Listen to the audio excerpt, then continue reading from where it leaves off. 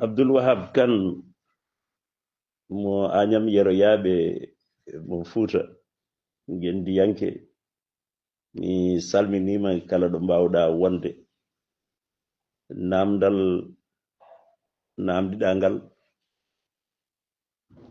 holko woni député holko woni gollal mum holko wawi wadde holko wawa wadde mboɗo jogo softede mbaɗo no mbaɗa so namdimami ɗum sibu hen sahaji wona wasdema joganade ɗum ni humpito ko jogade lamderagal e yidde feccude bandiraɓe wonande ɓe mbattani ɗum haqqille ɗum kadi ko moƴƴere kala ɗo Ibrahima kan katante leñol woni mboɗo salminamo kankone e dendagal darniɓe ɗemɗe men e pine meɗen e gonka meɗen e namdal ngal député holko woni nafoore mum woni nafoore député haade gonɗen koye leydi ndendani koye république so yimɓe cuɓima lamɗo leydi wona roi lamɗo leydi o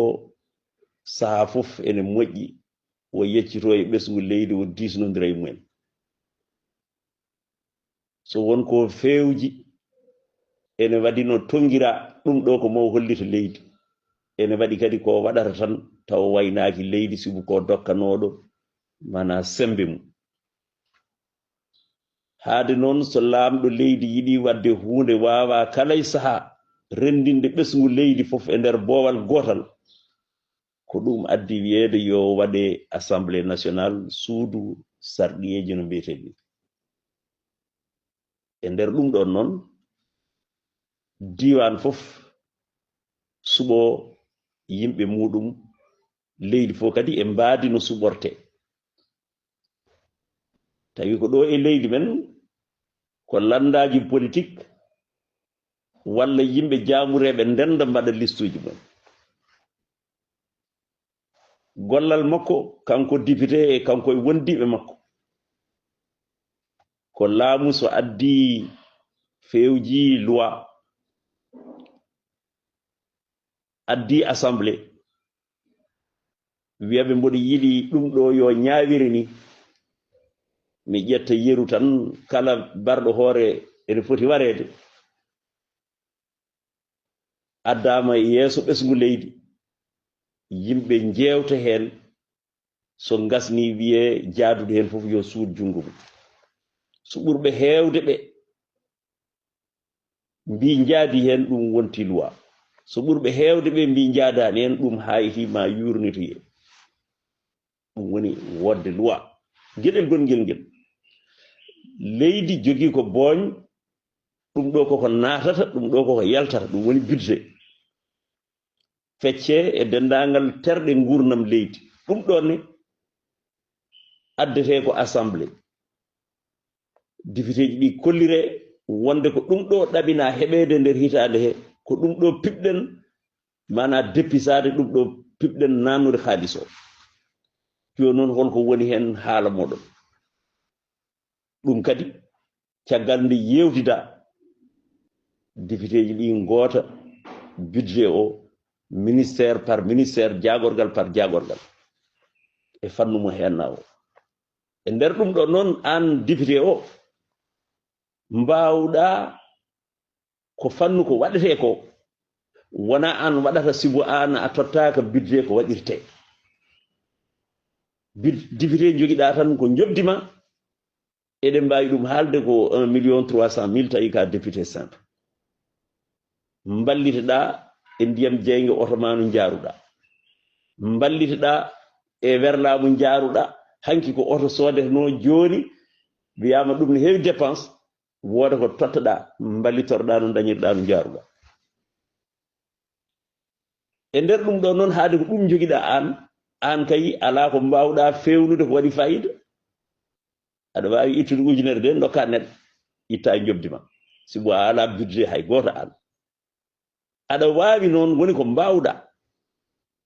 ko jaɓɓa koyɗe ma jaha to ministére nangam ministére la santé mbiya min de wuro kaari mboɗo yiɗi hitande fewne nde sene fewje dispensaire uji mbaɗteɗi mboɗo yiɗi ngoɗo wuro waɗane gadda dalillaji ma mbaɗa affaire ha won naata hen haqqille makko naata hen wuro nangam mboɗo yiɗi waɗane forage wuro nangam mboɗo yiɗi waɗane courant a ñaagoto député ko ñaagotoɗo gullitoɗo goytotoɗo wona kañum waɗata daroɗa hen noon so tawi a nananama a dañi wune ɗum woni waɗe mais waɗata ko gouvernement wona an député o waɗata ko laamu waɗata par ce que kamɓe jogui taltali ɗi